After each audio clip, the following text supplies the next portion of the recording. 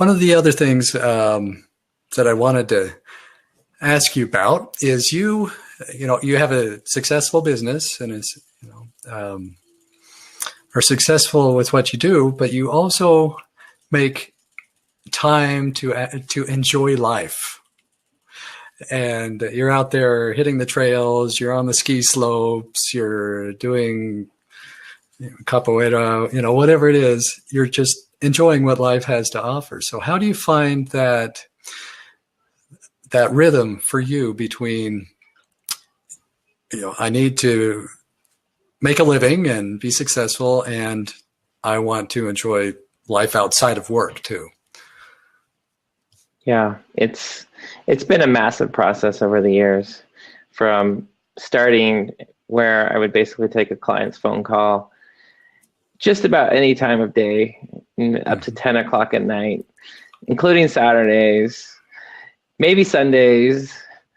There's always emergencies, on and on, to essentially defending my time and defining boundaries. It's really a listening to say, what is it that I need and how can I thrive in my expression of life with patterns that support me being able to execute on my best expression. Like to do the kind of work I do, I have to be pretty much well rested.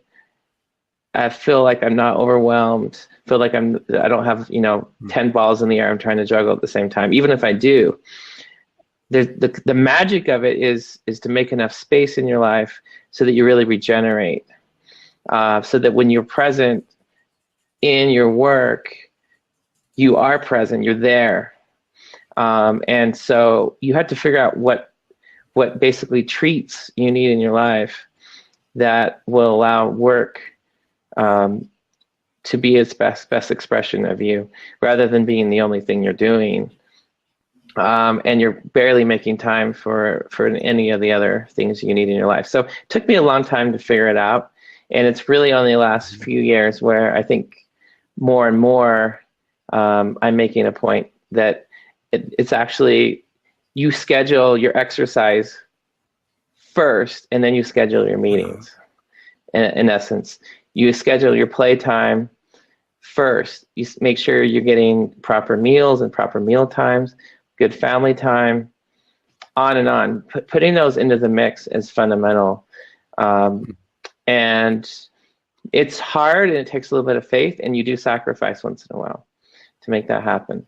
You sacrifice billing time, but I don't see billing time as a sacrifice when I need to just take care of myself, because I know how good I feel when I take care of myself. So I've really made that a priority, and I call it lifestyle design, and I make a point of using systems like getting things done kinds of systems, where you review and do a little meditation and review of your life once a week, and constantly refining and looking to how you're refine your goals, looking at your goals.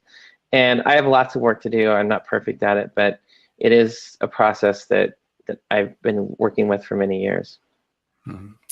And have you actually found that as you've set those boundaries and prioritized for yourself, that professionally you're actually more productive and more successful than you would be if you had let work take over everything? I would say absolutely. The funny thing is I think the 4-hour work week, that phenomenon was very provocative for a lot of people, including me at the time. And a small component of the 4-hour work week was the idea that you fill up time with what you allot, how much time you allot, in a way. And when you think about it that way, if you say allot only Tuesday, Wednesday, and Thursday as your real work days, you're going to be pretty focused on Tuesday, Wednesday, and Thursday to get it all done. Right. And you're going to actually throw away a lot of the ADHD type experiences we have in the digital age, where you get an idea and you're like, well, I'll go Google that, and then it turns into a half-hour time suck. Not to mention, I've never done that. Yeah. so this changes, if you're like, okay, well, gosh, I only have this many hours allotted, and you can be really focused. So, I mean, there is something to be said for deadlines and timelines, keeping you focused, and even more if you do have playtime on the bookends.